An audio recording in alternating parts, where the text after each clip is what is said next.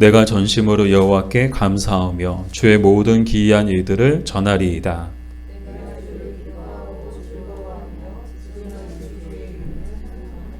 내 원수들이 몰려갈 때 주 앞에서 넘어져 망함이니이다.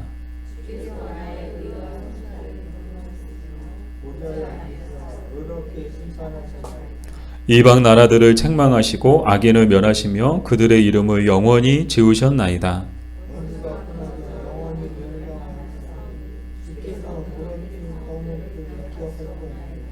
여호와께서 영원히 앉으시며 심판을 위하여 보좌를 준비하셨도다.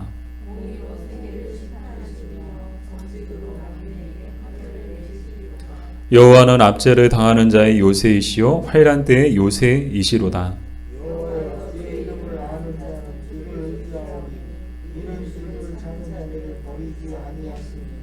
너희는 시온에 계신 여호와를 찬송하며 그의 행사를 백성 중에 선포할지어다.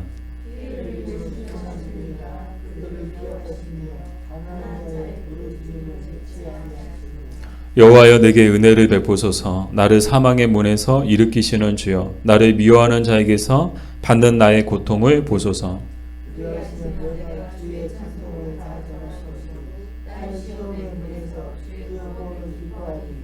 이방 나라들은 자기가 판 웅덩이에 빠짐이여 자기가 숨긴 그물에 자기 발이 걸렸도다.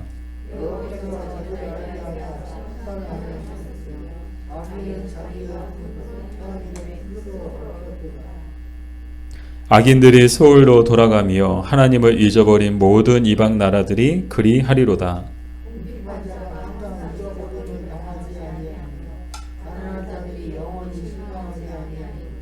여호와여 일어나사 인생으로 승리를 얻지 못하게 하시며 이방 나라들이 주 앞에서 심판을 받게 하소서.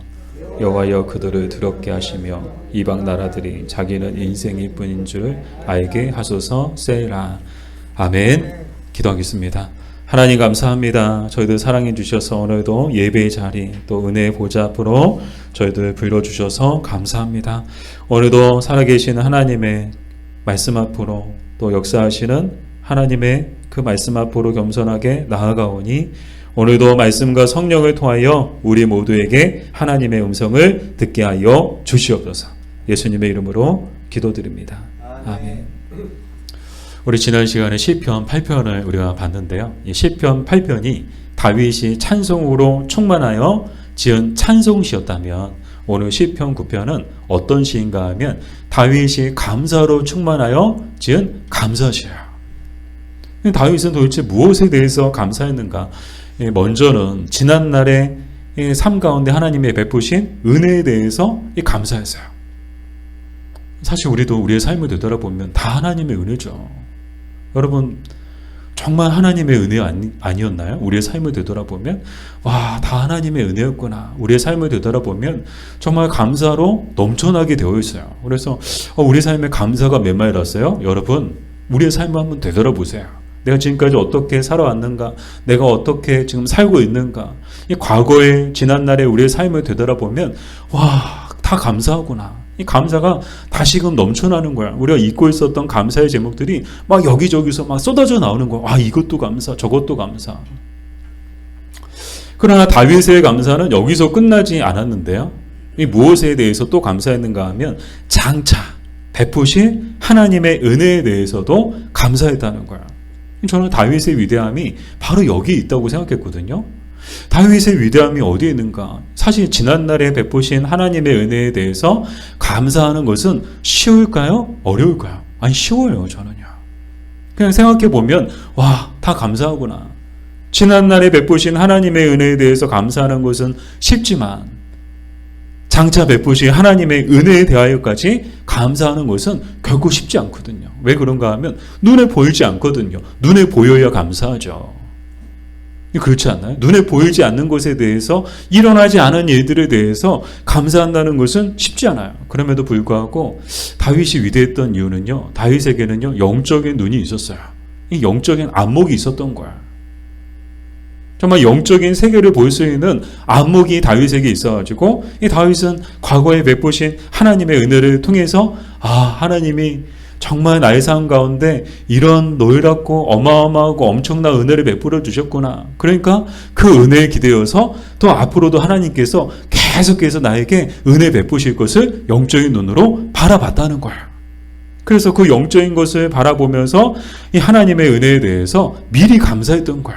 아니 이미 주어지지 않았고 눈에 보이지도 않는데도 미리 감사하는 거야. 아, 주실 줄 믿습니다. 아, 도와주실 줄 믿습니다. 힘 주실 줄 믿습니다. 그 믿음으로 고백한 거야. 이것을 선지적 신앙, 선지적 감사라고 하는데요. 당장 눈에 보이지 않지만 먼저 믿고 감사하는 거. 이게 선지적 감사라는 거야. 그리고 하나님은 다윗의 이런 믿음에 그대로 화답해 주시죠. 믿음대로 되는 것을 보게 돼요. 다윗이 감사한 대로, 감사 고백한 대로 그대로 하나님이 응답해 주시는 거야. 아, 도와주실 줄 믿습니다. 도와주세요. 은혜 주실 줄 믿습니다. 은혜 주세요. 힘 주실 줄 믿습니다. 힘 주세요. 정말 하나님은요, 다윗이 고백한 대로, 다윗이 감사한 대로, 다윗이 믿는 대로 일하시는 하나님이심을 보게 되죠. 사랑하는 여러분, 이것이 우리가 가져야 할 믿음입니다. 바라기를 우리에게도 다윗과 같은 영적인 안목이 있었으면 좋겠어요. 뭐 세상을 보는 안목 말고요, 그냥 영적인 것을 볼 수 있는 그런 영적인 안목이 우리에게 있었으면 좋겠어요. 그리고 선지적 신앙이 우리에게도 있었으면 좋겠습니다. 영적인 눈으로 바라보면요, 우리 인생에게 베푸신, 우리 지난날 우리의 삶 가운데 베푸신, 또 오늘 우리에게 베푸신 하나님의 은혜가 얼마나 커요. 우리 집사님 기도해 주신 대로 이 자리에 나온 것 자체가 하나님의 은혜 아니에요? 저는 하나님의 은혜라고 생각해요. 다른 곳에 있지 않고 하나님을 예배하는, 정말 세상의 헛된 것을 쫓아서 가지 않고 그 헛된 곳에 있지 않고 정말 하나님 앞에, 보좌 앞에 나와 있는 것 자체가 하나님의 은혜 아니에요? 또 이 자리에 나올 수 있게 해주신 것도 은혜 아니에요? 정말 나오고 싶어도 나오지 못하는 사람들이 있거든요. 오늘도 오면서 일할 수 있다는 것이 얼마나 감사하냐. 일할 수 있다는 거. 그래서 돈 벌고 월급 받고 그거 가지고 그냥 잘 먹고 잘 살고 그렇지 않냐. 일할 수 있다는 것이 얼마나 감사해요. 오늘 일하고 싶어도 일하지 못하는 사람들이 있거든요. 일하고 싶은데 돈을 벌어야 되는데 정말 일자리가 없고 돈이 벌지 못해가지고 정말 힘든 하루하루를 보내는 분들도 정말 많거든요. 근데 오늘 우리가 직장 잘 다니고 또 건강하게 또 잘 다니고 일하고 또 오늘도 정말 다른 곳에 있지 않고 하나님을 예배하는 이 자리에 나와서 정말 하나님 앞에 예배할 수 있다는 것이 얼마나 감사해요. 얼마나 큰 은혜예요.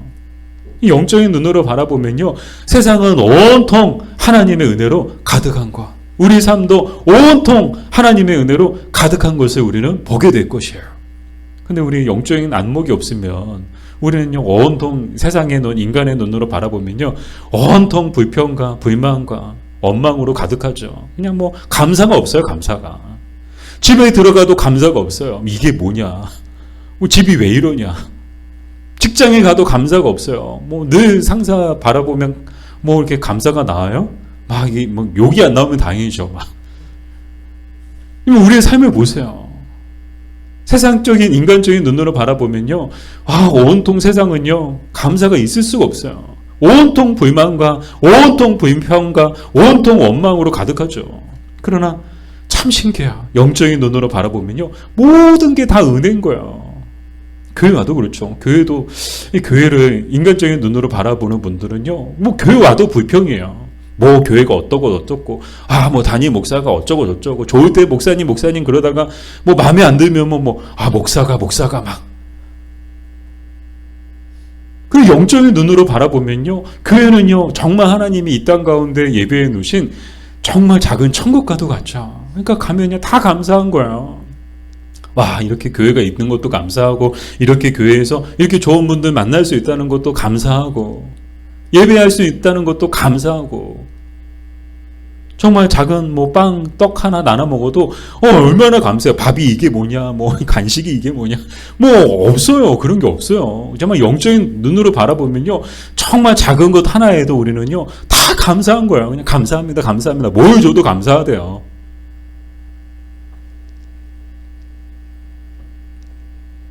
그리고 또 영적인 눈으로 바라보면 우리의 인생은요, 마치 구원의 방주 위에 있는 것을 우리는 보게 되죠. 오늘 우리의 현 위치가 어디야? 영적으로 우리가 어디에 있어요? 우리는 구원의 방주 위에 있는 사람들이에요.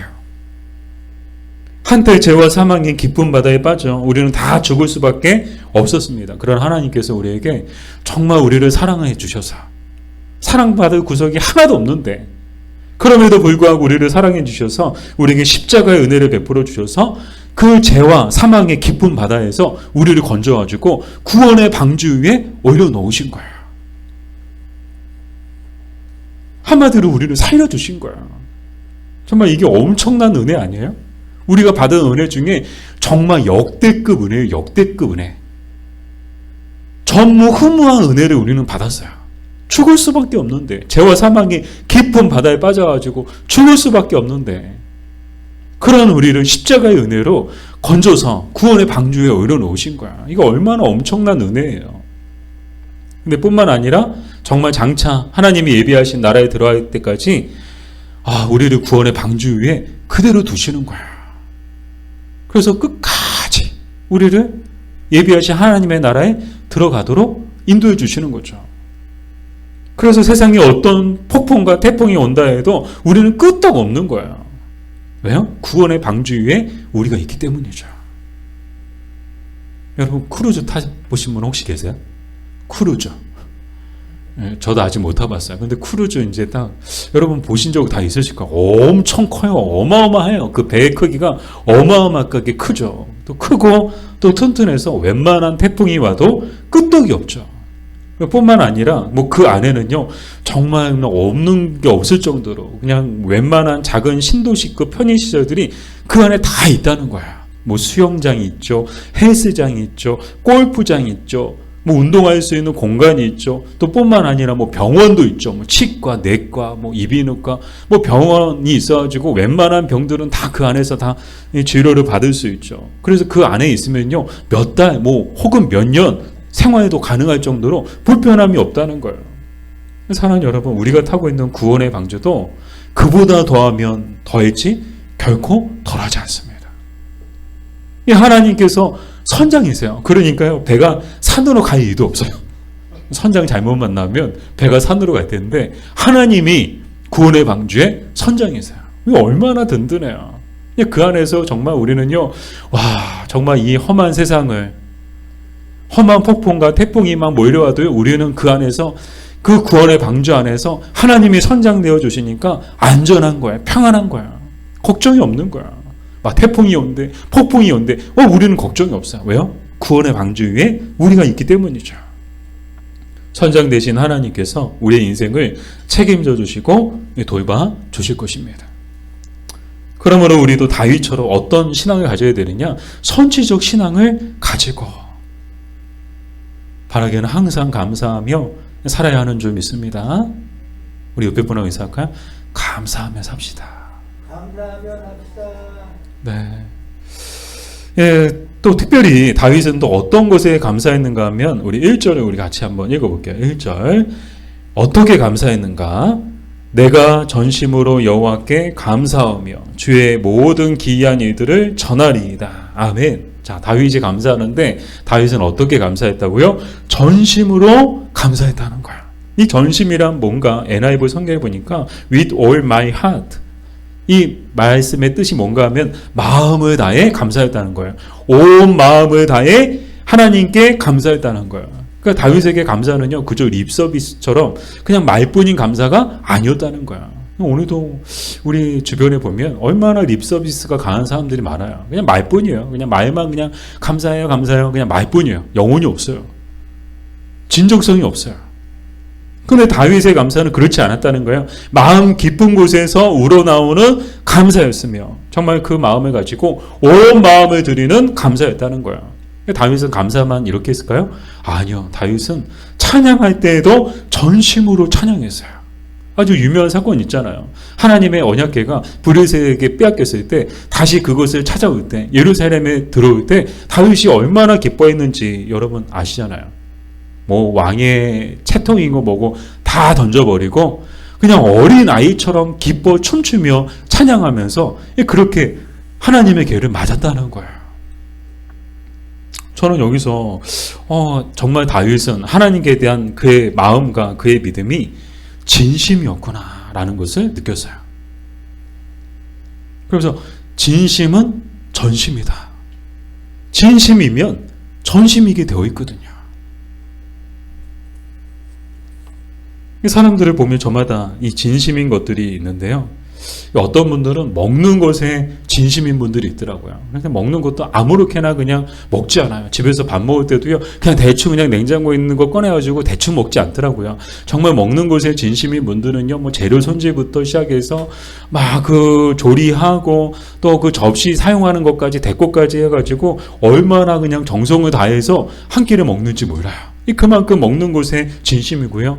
뭐 외식을 하더라도 아무데나 가지 않아요. 그냥 아무 식당이나 그냥 여기 들어갈까 그냥 눈에 보이는데 아무 곳이나 들어가지 않고요. SNS에서 핫한 곳을 검색해가지고 그곳을 찾아가죠. 아무리 멀어도요. 차 타고 30분, 1시간, 때로는 비행기 타고 가시는 분들도 있더라고요. 뭐 비행기 타고 서울에서 제주도에 맛집까지 가시는 분들이 계세요. 갔는데 정말 그런 데는 또 유명하잖아요. 사람들이 많이 기다려요. 막 보통 1시간, 2시간 기다려야 되는데도 불구하고 기꺼이 기다렸다가 먹어요. 그만큼 먹는 것에 진심인 분들이 있더라고요.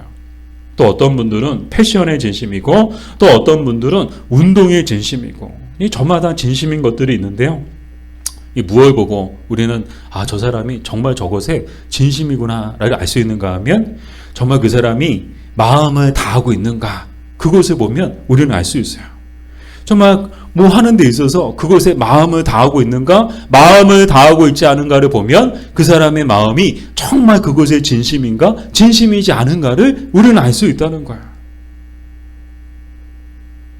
정말 진심인 것에는요, 온 마음과 온 정성을 다합니다. 자신의 시간도, 자신의 돈도 아까워하지 않아요. 뭐 음식 한 그릇 가격에, 한 끼 가격이 10만원, 20만원 넘어도요, 기꺼이 그것을 지불해요. 왜요? 이 먹는 것에 진심이거든요. 100만원, 200만원, 비싸도 꼭 사요. 왜요? 패션의 진심이거든요. 사랑하는 여러분, 여러분은 무엇에 진심인가요? 우리는 무엇에 진심이어야 할까요? 지난 목요일에 저는 아주 이상한 사람들을 봤거든요. 아이들부터 어른들까지 아주 이상한 사람들이더라고요. 우리 노예 청소년 청년 찬양 집회 때 막 찬양하는 거를 봤는데 앞에 나가가지고요 막 춤추며 애들이고 어른이고 다 나가가지고 심지어 군인들까지 왔는데 군인들도 막 앞에 나가가지고 막 정말 어린 아이처럼 막 춤을 추는데 제가 그것을 보고 느꼈죠. 정말 저 사람들은 찬양의 진심이구나. 저는 그걸 느꼈어요. 찬양을 하는데 그냥 형식적으로 찬양하는 게 아니에요. 그냥 앉은 자리에서 그냥 찬양하는 정도가 아니었어요. 앞으로 뛰쳐나와가지고요. 어린아이처럼 다윗처럼 춤추면서 정말 그 얼굴에도요 이렇게 기뻐하면서 막 찬양하면서 춤을 추니까 강사 목사님이 혹시 교회에서 협박받은 거 있냐? 너희들 고문당하는 거 있냐? 이렇게 춤 안 추면 누가 때리냐? 물어볼 정도로 그렇게 춤을 추는 거야. 근데 딱 얼굴 표정을 보고 춤추는 걸 보니까 정말 찬양의 진심인 거야. 근데 찬양만 그런 줄 알았는데 말씀을 들을 때도 진심인 것을 저는 느꼈거든요. 저는 뒤에 이제 앉아서 보는데 사실 이제 표정은 안 보여요. 눈빛이나 표정은 안 보여요. 그냥 뒷모습만 보여요. 근데 누구 하나 자세가 흐트러지는 사람이 없어요. 고개 푹 숙이고 졸고 있는 사람도 없고요. 딴짓하고 있는 사람도 없고요. 몸을 비틀고 그런 사람도 없고요. 정말 바르게 말씀을 듣는 그 모습들도 정말 진심이더라고요. 그리고 기도할 때도 정말 기도에도 진심이더라고요. 누가 시키지 않았는데 앞에 나와가지고 무릎 꿇고 강대상에서 기도하고요. 옆에 통로에서 장의자 옆에 나와가지고 통로에서 무릎 꿇고 기도하고요. 정말 진심이구나. 정말 하나님을 향한 마음과 하나님을 향한 믿음이 정말 진심이구나. 그렇게 해서 이제 예정된 시간 9시에 끝나기로 했는데 예정된 시간이 훌쩍 넘겨졌어요. 그냥 9시 30분이 된 거예요. 근데 끝나야 되는데 이 사람들이 집에 갈 생각을 안 해요. 정말 이상한 사람들이야. 30분이나 다 지났는데 끝날 시간이 이미 다 지났는데도 불구하고 집에 갈 생각들을 안 하는 거야. 그리고 나중에 이제 막 더 남아서 찬양할 사람들은 더 남아서 찬양하는데, 와, 나중에는요, 제가 보니까, 이제 저희는 좀 일찍 왔거든요. 좀 일찍 왔는데, 더 남아서 이제 막 찬양하는 사람들이 있었는데, 나중에 영상을 보니까, 찬양 인도하던 이제 목사님이 이제 끝났다고, 집에 가라고! 집에 가라고, 집에 가라고, 그렇게 막 보내더라고요. 정말 이상한 사람들이구나. 근데 느꼈던 것이, 우리 아이들도 우리도 좀 이상해졌으면 좋겠다. 우리도 좀 이상해졌으면 좋겠다. 여러분, 그분들이 이상한 거예요? 우리가 이상한 거예요?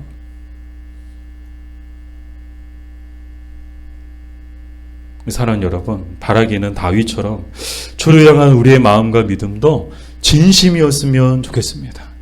그래서 전심이었으면 좋겠습니다. 찬양할 때도 온 마음을 다하여 찬양하고, 예배할 때에도 온 마음을 다하여 예배하며, 기도할 때에도 온 마음을 다하여 기도하는 우리가 됩시다. 진심으로 드리는 예배가 진정한 예배가 되고, 전심으로 드리는 예배가 최고의 예배가 될 것입니다.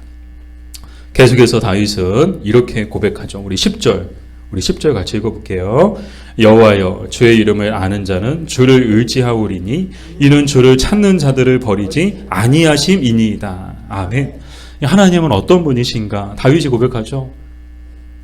하나님은 당신을 의지하고 찾는 자들을 결코 버리지 않으시는 분이시다라고 고백하고 있습니다. 이것은 다윗의 간증이자 우리 산 고백인데요. 왜 그런가 하면 다윗이 사는 날 동안에 하나님을 찾고 하나님을 의지할 때 하나님은 한 번도 다윗을 외면한 적이 없으세요. 항상 그림자처럼 함께 하셔서 외로울 때마다 친구가 되어주시고, 괴로울 때마다 위로가 되어주시며, 힘들 때마다 능력이 되어주셨습니다. 근데 여기서 주목해야 하는 것은 무엇인가 하면, 하나님은 아무에게나 다 친구, 그냥 나는 모두의 친구야. 그냥 아무에게나 다 친구가 되어주시고, 아무에게나 위로가 되어주시고, 아무에게나 하나님의 능력을 주시는가, 도와주시는가? 아니라는 거야. 다윗처럼 주의 이름을 알아 주를 의지하고 주를 찾는 자들에게 그러하셨다는 거예요. 사랑하는 여러분, 여러분은 무엇을 의지하고 계신가요? 그 사람이 무엇을 의지하는가를 내가 무엇을 의지하고 있는가를 또 알 수 있는 방법이 있거든요. 그게 뭔가 하면 내가 무엇을 찾고 있는가를 보면 내가 무엇을 의지하고 있는가를 알 수 있어요. 돈을 찾고 있어요. 돈 될 만한 일, 어디 돈 많이, 더 쉽게 많이 벌 수 있는, 떼돈 벌 수 있는 그게 뭐가 있나? 그런 거 찾아다니는 사람은 뭘 의지하는 거예요? 돈을 의지하고 있는 거예요. 또, 사람을 찾아다니는 사람들이 있죠. 나에게 도움이 되고, 나를 즐겁게 해주고, 나를 위로해주고, 나를 행복하게 해줄 사람이 어디 있나? 그 사람을 찾아다니는 사람은 뭘 의지하고 있는 거예요? 사람을 의지하고 있는 거예요. 나를 즐겁게 해주고, 나를 위로해주고, 나에게 기쁨을 줄 수 있는 게 뭐가 있나? 세상에 뭐가 있나? 이 세상의 것을 찾아다니고 있다면 무엇을 의지하고 있는 겁니까? 세상의 것을 의지하고 있는 거예요. 우리가 분명히 기억해야 할 것이 있는데, 그것은 뭔가 하면 사람을 의지하고 세상을 의지하면 반드시 후회하게 된다는 것입니다. 왜냐하면요, 그것들은 모두 영원하지 않을 뿐더러 언제든 그것들로부터 버림받게 될 것이기 때문인데요. 우리 다 겪어봤잖아요. 사람이 어떤 존재인지, 사람이 어떤 인간인지 우리 다 겪어봤잖아요. 사람은요, 언제 변할지 모르는 그런 존재예요. 결코 믿고 의지할 만한 존재가 아님을 우리는 알 수 있어요. 사람의 마음, 우리의 마음도 그렇잖아요. 하루에도 수없이 바뀌는 게 우리의 마음이고, 우리의 생각이고, 우리의 뜻 아닌가요? 어제는 대통령 될까 하다가 오늘은 사업가 될까? 꿈도 수시로 바뀌어요. 하물며 생각과 마음이 하루에도 얼마나 수없이 바뀌어요. 좋았다, 슬펐다, 기뻤다, 화났다. 그런 사람을 의지했다가는 큰 코 다치게 되는데요. 가장 의지했던 사람, 가장 믿었던 사람에게 가장 큰 상처를 받게 될 것입니다. 예수님이 제자들이 그랬잖아요. 예수님께서 십자가 순환을 앞두시고 제자들에게 이제 예수님께서 자신의 순환을 예고하시거든요. 그때 제자들이 했던 말이 뭐예요? 다 주를 버려도 우리는 주를 버리지 않을 것입니다. 그 중에서도 베드로는 막 씩씩거리면서 큰 목소리로 모두 주를 버려도 저는 결코 주를 버리지도 않고 떠나지도 않을 것입니다. 그렇게 고백했던 사람들이 예수님의 제자들이잖아요. 근데 어떻게 됐습니까? 불과 몇 시간 만에 제자들은 모두 주를 버리고 주를 떠났죠. 우리 주변에도 보면 꼭 이 베드로 같은 예수님의 제자 같은 사람들이 꼭 있어요. 나만 믿어라. 나만 믿어. 내가 도와줄게. 걱정하지 마. 이렇게 큰 소리 치는 사람들이 있어요. 여러분, 절대 믿지 마십시오. 절대 의지하지 마십시오. 누구보다 믿고 의지했던 사람이 여러분을 가장 아프게 할지도 모릅니다. 우스갯소리지만 금요일에 말씀드렸는데 로또 당첨되면 가장 먼저 바꾸는 게 있대요. 우리 들으신 분들은 아실 거예요. 가장 먼저 바꾸는 게 배우자를 바꾼대요. 그리고 전화번호를 바꾼대요.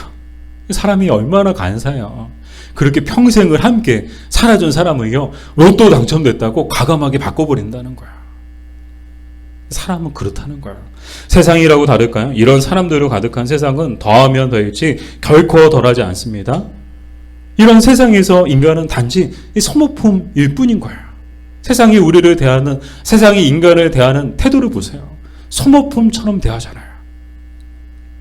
필요할 때는 취해서 쓰지만 더 이상 필요하지 않으면 망설이지 않고 버리는 게 세상입니다. 직장을 그만두신 분들 중에는 하루아침에 문자나 카톡으로 해고 통지를 받는 분들도 있다고 해요. 얼마나 씁쓸하고 얼마나 마음이 아플까요?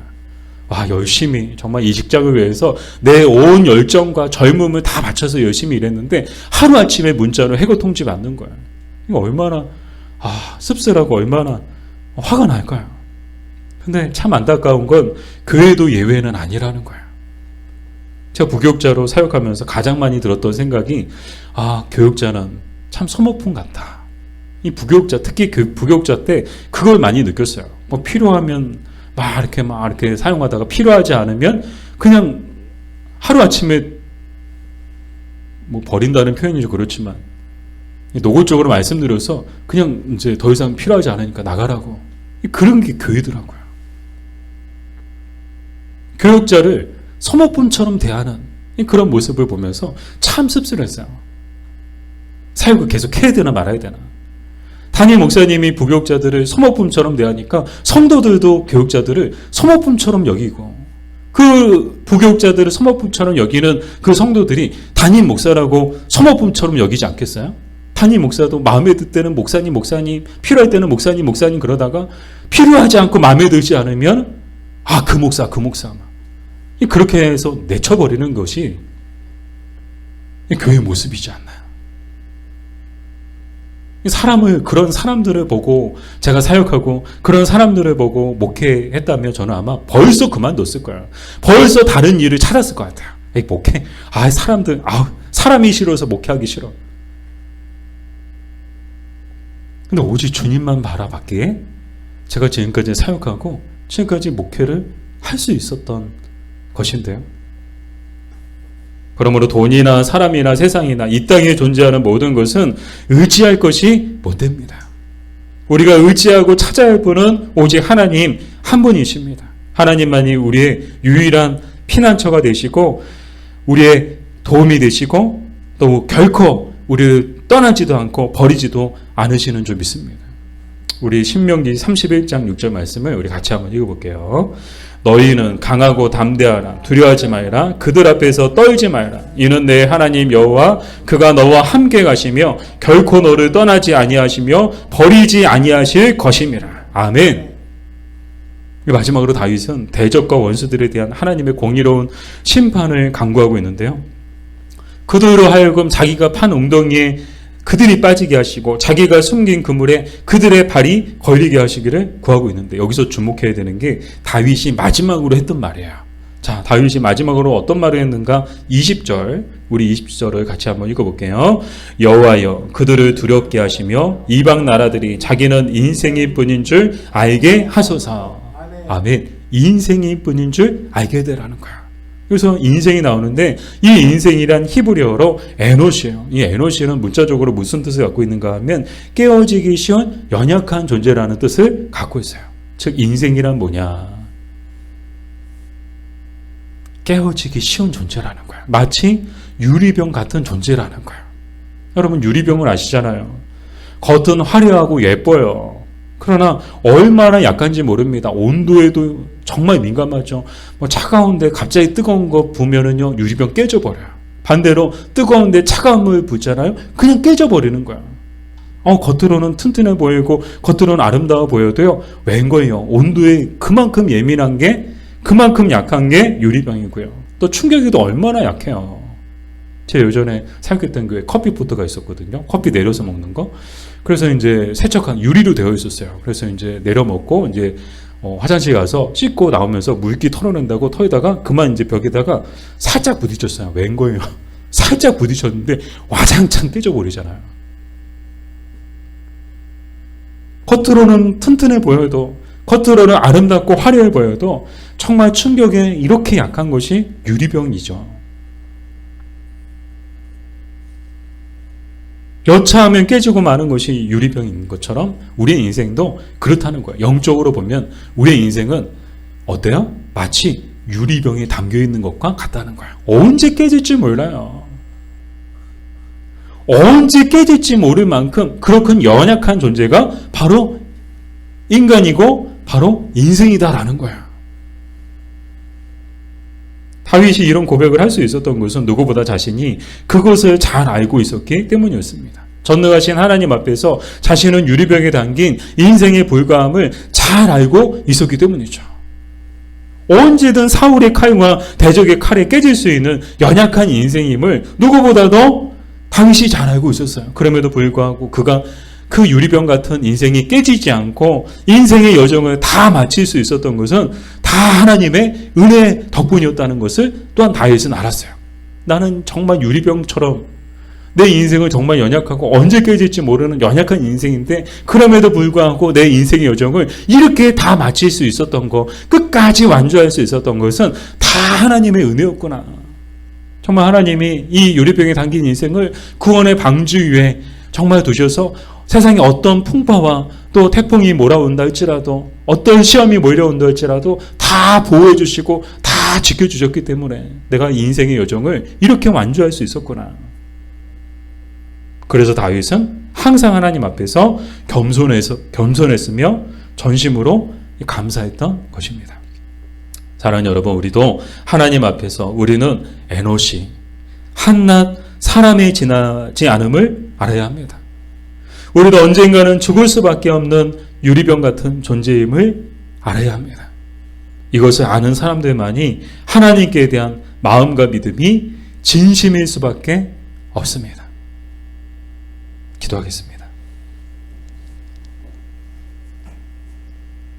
아버지, 불평하고 원망하며 염려하기보다는 하나님께서 베푸시고 또한 베푸실 은혜를 바라보며 전심으로 감사하며 살게 하여 주시옵소서. 또한 인생이 유리병 같음을 알아 항상 하나님 앞에서 겸손하게 살게 하여 주시옵소서. 예수님의 이름으로 기도드립니다. 아멘.